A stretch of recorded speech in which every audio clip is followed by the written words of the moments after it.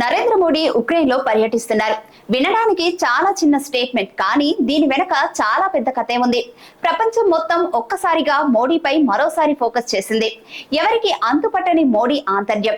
ఎందుకంటే మోడీ రష్యాలో పర్యటించి నెల రోజులు కాకముందే ఆ దేశ బద్ధ శత్రువైన ఉక్రెయిన్ లో పర్యటించడం మోడీకి చెల్లింది. ఇంతకీ ఆ పర్యటనతో మనకు జరిగే లాభమేంటి? ఉక్రెయిన్ కు వచ్చే లబ్ధి ఏంటి? August 23 Ukraine national flag day. ఆ దేశానికి చాలా ప్రత్యేకమైన రోజు అది. అలాంటి రోజున మోడీ కీవ్ లో అడుగు పెట్టబోతున్నారు. రష్యా ఉక్రెయిన్ యుద్ధం మొదలైన తర్వాత మొదటిసారి ఆ దేశంలో పర్యటిస్తున్నారు. పోలాండ్ నుంచి ఆయన ప్రత్యేక రైలులో ఉక్రెయిన్ వెళ్తున్నారు. చాలా ప్రొటెక్టెడ్ సేఫెస్ట్ ట్రైన్ అది. ఇలా చాలా వార్తలు మీరు వినే ఉంటారు, కానీ ఇక్కడ అది కాదు అసలు వార్త. మోడీ కీవ్ కు ఎందుకు వెళ్తున్నారు? ఆయన అక్కడ పర్యటిస్తూ ప్రపంచానికి ఏం మెసేజ్ ఇస్తున్నారనే దానిపై ఇప్పుడు అందరూ ఎదురు చూస్తున్నారు. పోలాండ్ లో ఉన్న మోడీ ఇప్పటికే ఓ శాంతి సందేశం ఇచ్చారు. యుద్ధంతో సాధించేది ఏమీ లేదని, ఇప్పటికైనా ఇరు వర్గాలు చర్చలు జరపాలని, ఇద్దరి ఆమోదంతో ఈ యుద్ధానికి చెక్ పెట్టాలన్నారు. అంతా బాగుంది. నిజం మాట్లాడుకుంటే అటు రష్యా అయినా ఇటు అమెరికా అయినా ఎవరు ఏమి చెప్పినా వినరు. జస్ట్ పరిస్థితులు వాళ్ళకు అనుకూలంగా మారే వరకు, లేదా ఇంకా చాలు అని అనుకున్నప్పుడు మాత్రమే ఈ యుద్ధం ఆగుతుంది. అప్పటి వరకు మోడీ కాదు కదా, పైనుంచి దేవుడు దిగి వచ్చి చెప్పినా వినరు. ఇది వినడానికి కొంచెం కష్టమైనా అంగీకరించవలసిందే. ఇక మోడీ ఉక్రెయిన్ లో పర్యటించడం ఇరు దేశాలకు లబ్ధి చేకూర్చేదే అని చెప్పాలి. ఎందుకంటే ఈ పర్యటనలో ఉక్రెయిన్ తో పలు కీలక ఒప్పందాలు జరిగే అవకాశం ఉంది.